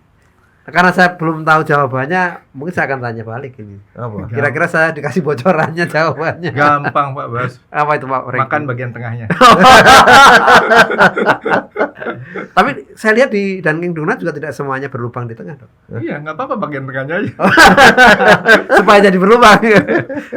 Ya. Tapi ngomong-ngomong Pak Bas, saya mau nanya, mohon maaf ya. Kayaknya kita harus mulai mengikuti Pak Basuki nih. Apa tuh? Meninggalkan dunia hitam. Itu di chatnya susah tuh. Ya, saya butuh waktu 50 tahun untuk membuat rambut saya berwarna kayak gini. Seperti itu ya? Iya. Oh. Enggak, soalnya masih ada hitamnya, ada putihnya gitu kan. Ini nah, faktor rambut, Dok. Rambut ini kan genetik juga ya? Ya. Ada orang yang sudah sekian tahun rambutnya masih hitam terus. Ya. Teman saya dari SMA sudah banyak yang putih. Nah, itu itu selain genetik dari kepusingan hidup ada nggak? Atau pengaruhnya dari mana sih? Ada pengaruh. Kamu pernah baca buku silat nggak?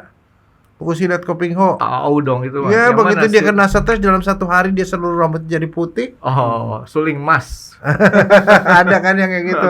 Dalam sehari tiba-tiba jadi putih. Kalau saya suka canda aja dok. Kalau kenapa kok Pak Basuki rambutnya putih, itu salah sampo. Jadi saya mau ambil sampo, ternyata keliru Baiklin dok. Jadi begitu saya pakai buat sampoan ke Baiklin kan pemutih kan, nah, jadi putih semua rambutnya. Baiklin bubuk. Ya jadi memang pertama ada faktor genetik juga. Bapak orang tua saya usia 30 sudah rambutnya memutih. Masih mending Pak kalau 30 teman saya SMA. Belasan tahun sudah banyak memutihnya. Ya kalau saya sekitar 40-an lah, usia 40 rambut saya. Ya, tapi rambut tuh bukan satu faktor, tapi soal muka nih Pak, kesegaran muka.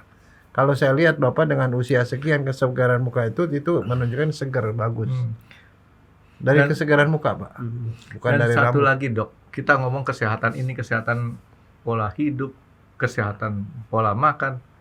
Yang perlu kita jaga benar-benar satu lagi dok, kesehatan kantong. Nggak boleh sampai sakit tuh kantong. Nah, Susah. sekarang gini, saya mau nanya ya, Frankie sendiri nih ya sebagai seorang pengusaha ya udah pernah gitu. Saya masukin akap dok. Bagaimana ya kita mendidik anak untuk supaya punya IQ finansial? Karena yang saya tahu banyak orang yang tidak pernah diajarkan IQ finansial, kecuali orang Chinese ya. Di luar itu dia tidak pernah diajarkan, sehingga sehingga dia jadi bodoh sekali dalam hal itu Pak. Contoh, saya ada satu teman yang kemudian dengan senangnya dia bikin kartu kredit, dan kemudian dia foya-foya, dia beli macam-macam. Begitu ditanya dan kemudian dikejar-kejar sama debt collector, tanya, kamu kenapa begitu? Dan setelah diomongin lebih lanjut, ternyata dia tidak tahu bahwa namanya kartu kredit itu adalah utang. Dia pikir dia dapat kartu kredit itu seperti dapat kartu dari langit yang tiba-tiba dengan kartu itu dia bisa belanja tuh tanpa dia keluar duit. Kebayang nggak itu artinya bodohnya dia itu loh. Ya. Nah, kalau menurut saya kita lalai untuk melakukan itu. Itu satu. Yang kedua, saya mau ceritakan begini. Itu kan ngaco ya. Sekali waktu, ya itu ketidakngertian uang. Salah satu cucu saya, ya karena satu dananya dikasih duit nih 50.000 sama keluarganya lah. Dia pegang-pegang, pergi sekolah, tuh uangnya hilang. Tanya kemana? Itu uangnya saya kasih dia. Artinya dia tidak tahu arti uang itu gitu loh. Belum lagi dikasih 100.000 sama 50.000, yang pilih 50.000. Itu artinya dia nggak ngerti apa-apa. Nah, tapi ada lagi yang lebih parah lagi begini. Orang udah seumur saya, seorang dokter, spesialis, praspesialis rame, pernah jadi kepala rumah sakit, artinya kan itu above kan. Sekarang sudah pensiun Pak, seumuran saya. Saya tanya, kamu sekarang kegiatan apa? Ya di rumah aja sama suami, duduk-duduk. Ya terus saya bilang, itu nggak sehat loh, cepat pikun loh, saya bilang. Ya habis mau ngapain lagi katanya. Sudah saatnya kalau udah begini bikin kerja sosial. Bersosialisasi lah kemana-mana. Kadang-kadang pergi aja ngundang teman, telepon, terus bertemu di kafe, ngopi-ngopi. Itu akan membuat kamu jadi lebih hidup, saya bilang. Terus apa jawabannya? Itu kan perlu duit. Nah, terus saya bingung. Lah kan lu udah sekian tahun jadi dokter spesialis, sekian tahun jadi direktur rumah sakit. Masa lu nggak nyimpen duit, nggak ada sisa untuk itu? Iya, tapi biar gimana kalau ke Starbucks kan keluar 50.000. Itu berarti buat gue karena sekarang gue udah nggak punya uang lagi. Nah, kebayang nggak artinya apa? Jadi IQ finansial itu memang rendah banget di Indonesia. Nah, kamu sendiri bagaimana caranya kamu ngajarin anak kamu soal itu? Kalau boleh saya sharing dok. Jadi tadi saya sharing tentang bagaimana pengalaman saya mengelola kesehatan tubuh saya. Saya juga mengajarkan anak-anak itu untuk mulai menabung dok. Nah kebetulan karena saya bukan karena saya kerja di Pegadaian, terus kemudian saya di podcast ini saya mau mempromosikan itu meskipun ada kewajiban saya untuk itu. Tetapi saya ingin bercerita bahwa anak-anak saya itu mulai saya perkenalkan dengan tabungan emas. Itu kenapa? Karena emas itu punya nilai yang relatif stabil, bahkan cenderung naik dari waktu ke waktu. Kemudian pada saat awal-awal, anak saya karena waktu itu masih usia SMA, saya ingatkan, kamu coba belajarlah mulai nabung emas. Itu dia bilang, oh saya nggak suka pakai perhiasan emas, saya nggak suka ini. Bukan untuk itu, tapi untuk menjaga nilai dari uang yang kamu punya. Makanya kan kadang-kadang ketika Lebaran misalnya ada tradisi apa itu mendapatkan uang fitrah lah istilahnya gitu, kumpulkan itu untuk nabung emas itu. Dan akhirnya begitu dia mulai paham, tahu, oh loh kemarin harga emas 1 gramnya 1 juta, ini dalam 2 bulan udah naik jadi 1.200.000. Oh berarti saya nggak salah dong menabung emas. Nah, itu dari situ dia akhirnya paham.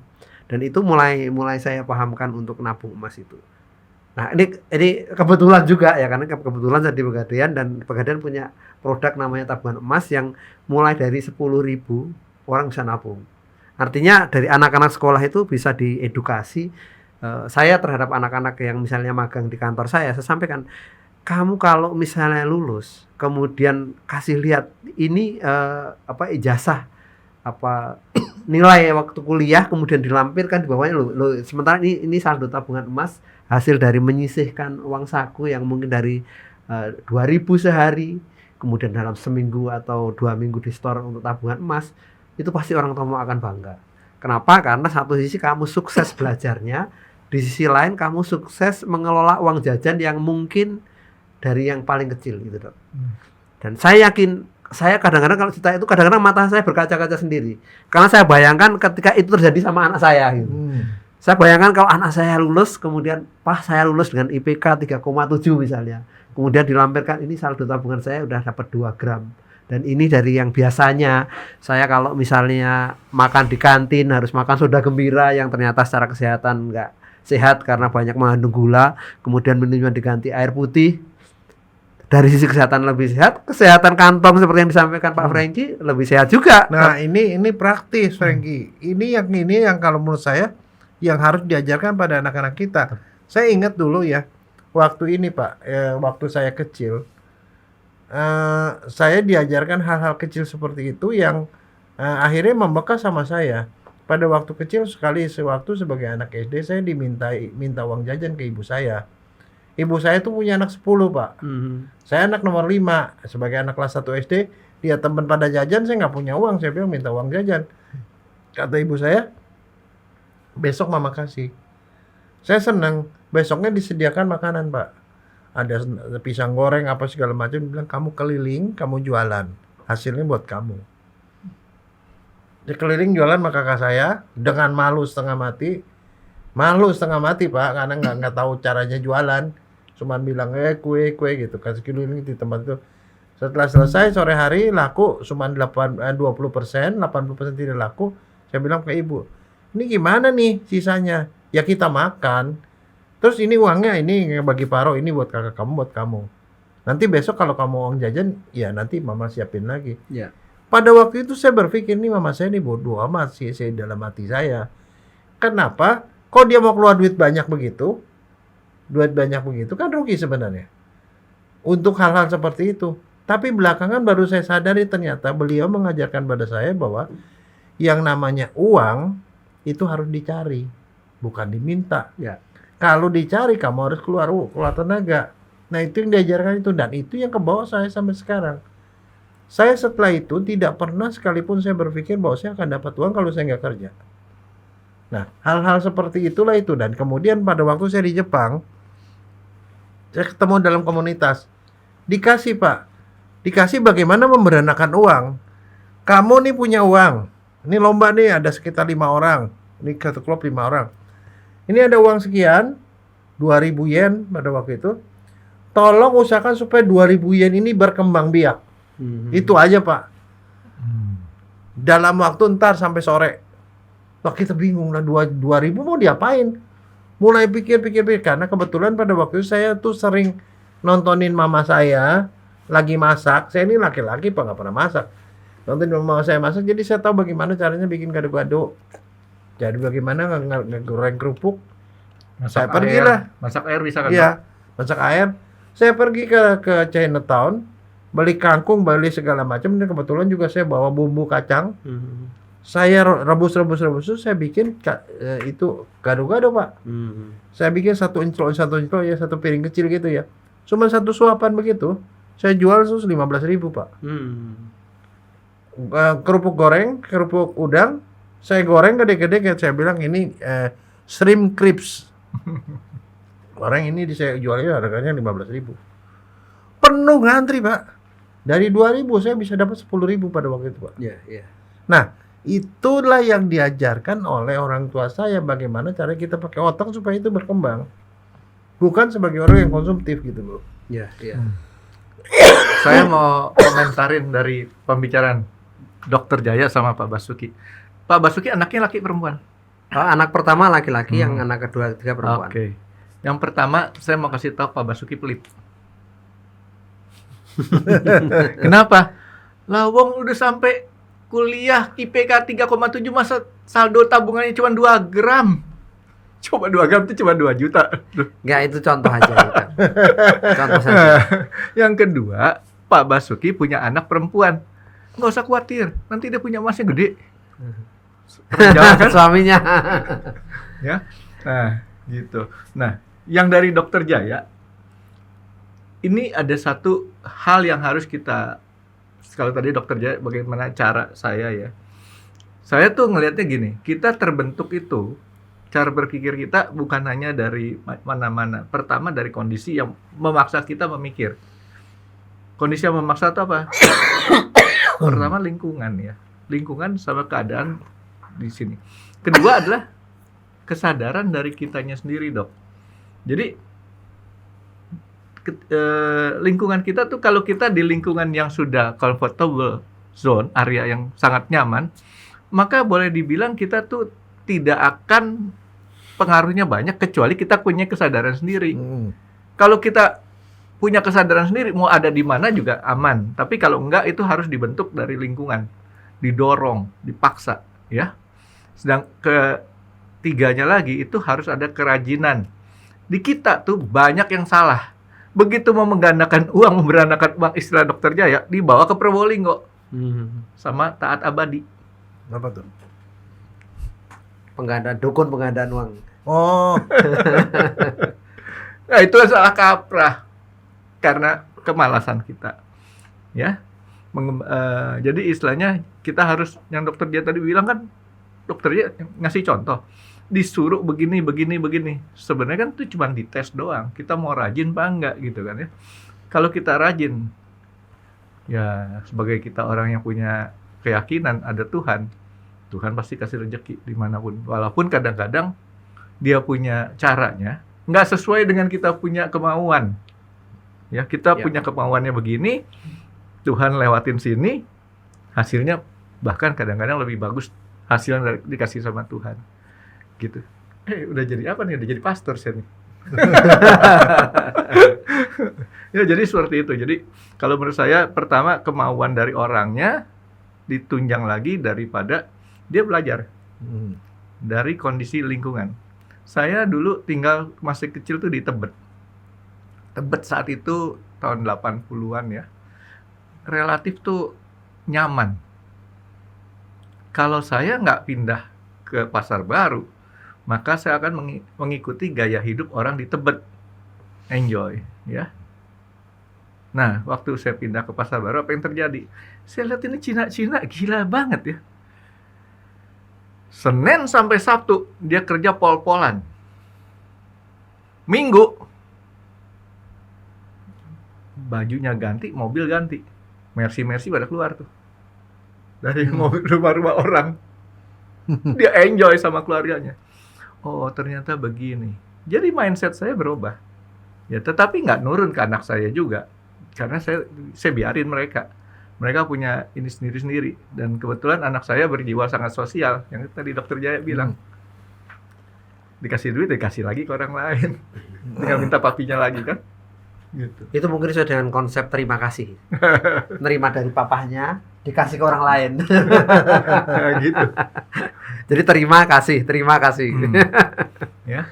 Jadi ya memang kesehatan kantong itu kita nggak bisa bentuk dari kitanya sendiri, Iya, Dok, ya.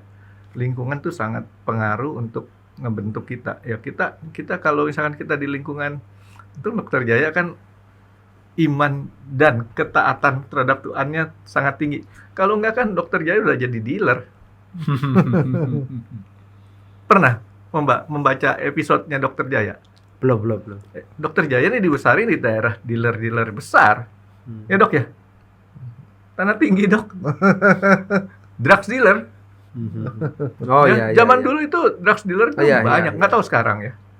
Dulu waktu zaman Dokter Jaya tahun 80-an, 70-an ya. Bulan. Itu masih Masih daerah yang parah. rawan gitu ya. Sekarang nggak tahu lah gitu. Ya jadi makanya saya bilang beruntung lah jadi Dokter Jaya. Kalau Tapi nggak, gini ya, pengalaman itu bahwa banyak orang yang nggak ngerti mengenai masalah soal uang segala macam itu yang membuat saya kemudian belajar untuk mendidik cucu saya. Jadi cucu saya masih kelas 1 SD sama kelas 2 SD. Saya keluarin duit 100 ribuan. Coba kamu hitung 1.000 sampai ini 1.000.000, 50.000 gini. Tanya ini sama ini gedean mana gitu. Saya jadikan itu mainan. Karena kenapa? Mereka itu jadi terbiasa dengan itu gitu loh. Jadi kalau nggak diajarin begitu mereka nggak pernah tahu nilai. Iya. Nah, satu, kedua, soal kita mau mereka berbagi sama orang. Sengaja saya mau lihatnya ada orang-orang yang miskin, kasih uang ke mereka nih, kasih buat dia. Dia itu orang nggak beruntung, kamu kasih. Nah, dengan contoh-contoh seperti itu, kalau menurut saya tuh mereka tuh jadi tahu gitu loh. Iya. Nah, itu karena kan saya belajar begini, waktu di Jepang, kita selama ini ya merasa bangga atau merasa terharu lihat orang Jepang habis pertandingan bola selesai, semua bersih-bersih semua. Lapangan dibersihin semua. Orang pikir, wah orang Jepang hebat. Itu sebenarnya bukan hebat, Franky. Karena Culture. mereka diajarin. Ya, Saya kebudayaan. sekolah di Jepang lama. Di sana, Pak, mereka diajarin macam-macam. Pergi sekolah, berbaris. Dari rumah nih. Rumah, jemput teman yang lain, rumah. Terus mereka berbaris. Berbaris, bukan ke samping, bukan. Berbaris. Sesuai, yang di atas yang di depan yang lebih senior. Ini Yang lebih senior. Terus jalan, terus begitu nunggu di itu lampu merah, dia tunggu sampai begitu lampu hijau, dia pergi nyebrang semua udah selesai. Murid-murid pada menghadap kembali ke jalanan, kemudian mereka menundukkan kepala, mengucapkan terima kasih bahwa mereka diberi kesempatan. Mereka pergi kemana? Diajak ke bioskop hari Sabtu Minggu, diajak ke bioskop, ajak ke mall, ajak ke stasiun, beli tiket. Di tiket tuh diajarin caranya satu persatu dan berbaris. Kalau mereka ngomong, tidak boleh ngomong.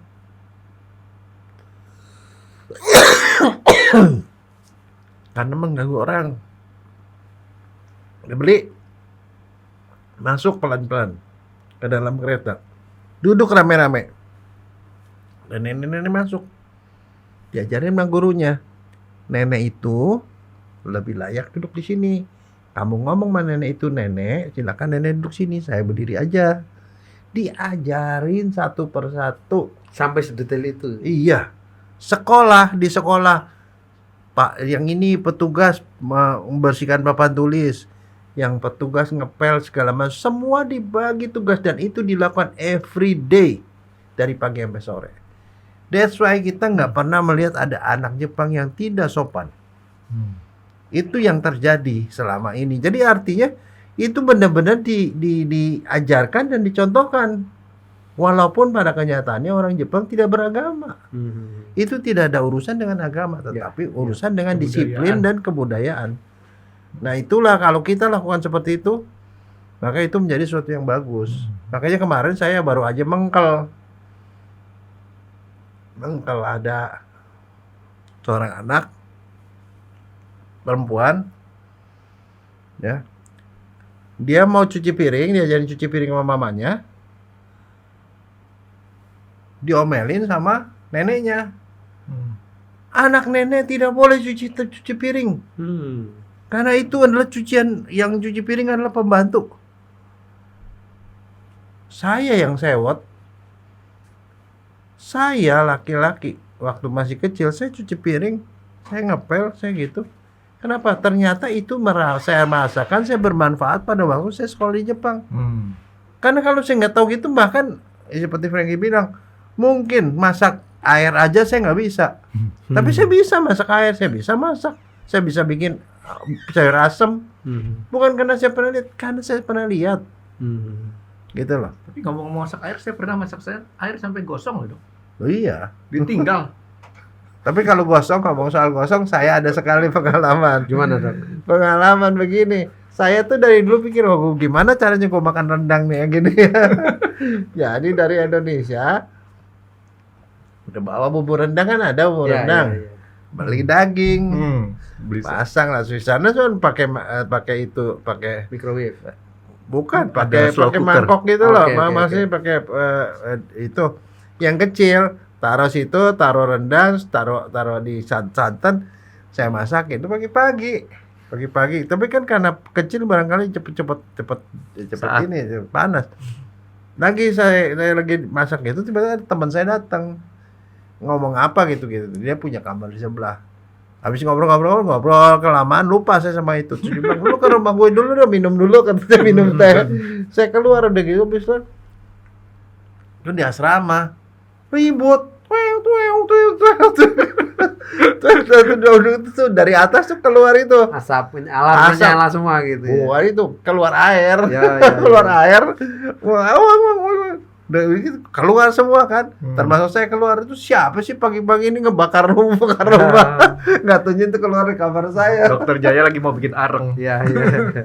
Nggak taunya saya bilang siapa sih pagi-pagi bikin bakaran, nggak taunya saya yang bikin bakaran. Angus semua di situ. Iya. Aduh, ampun deh. Tapi Oke, silakan, Dok. Apa? ya udah, maksud saya pengalaman. Jadi yang namanya setiap orang, setiap anak tuh harus diberikan kesempatan untuk menjalani semua pekerjaan rumah tangga. Dia mungkin tidak akan lakukan itu, tetapi dia bisa menghargai pembantu rumah tangga yang melakukan itu. Karena dia udah pernah merasakan, dan one day sekali waktu dia akan sendiri juga sebagai seorang ibu rumah tangga, bapak rumah tangga yang harus juga melakukan hal itu gitu loh. Ya, itu di luar negeri itu, di daerah barat terutama ya. Biasa yang Iya. kayak gitu tuh. Ya karena mereka pembantu susah lama. Tapi di Indonesia, di mana pembantu gampang dan murah, anak-anak jadi dimanjain sehingga Ya. mereka menjadi orang yang tidak bertanggung jawab. Itu loh. Tapi ngomong-ngomong, Pak Bas umur berapa sih sekarang? 53 nanti di bulan September. September. Ya. Sebentar lagi dong. Ya. Waktu tahun kena Covid umur berapa? Sekitar 51-an ya. Nah, ini. Covid itu berapa tahun yang lalu? 2 tahun. Dok, ini contoh Pak Bas. Pak Bas termasuk golongan orang yang lupa umur. Glamur. Golongan lupa umur. Glamur. Ya kan? Baru 2 tahun. Pak Bas sudah lupa. Waktu Pak Bas kena Covid, ditanya umur berapa sama suster? 51. Ya kan? Iya. Barusan nih 2 tahun nih, saya tanya berapa? 53. Berubah dia. Kalau saya konsisten Pak Bas. Dari dulu sampai sekarang saya kalau ditanya umur berapa? Berapa Ham? 22 tahun. Ya, saya nggak pernah lupa. Jadi saya golongan yang nggak pernah lupa umur. Tapi mulai tahun lalu saya mulai mengubah ketika orang bertanya tentang umur saya.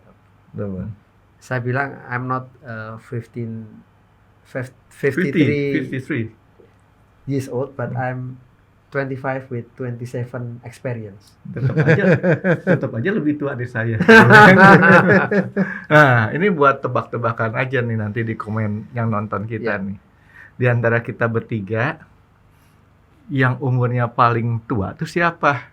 Nah, Gitu. Iya kan? Ada jawabannya, jenglot. Oke Dok, ini udah cukup panjang nih. Nah, kayaknya piaraan saya udah mulai kepanasan di dalam.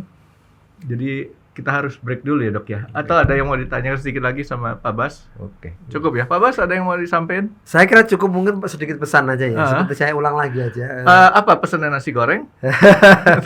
Seperti pesan saya yang saya quote tadi itu mengingatkan kembali saja itu bahwa barang lama kalau dipelihara akan jadi barang antik yang mahal harganya.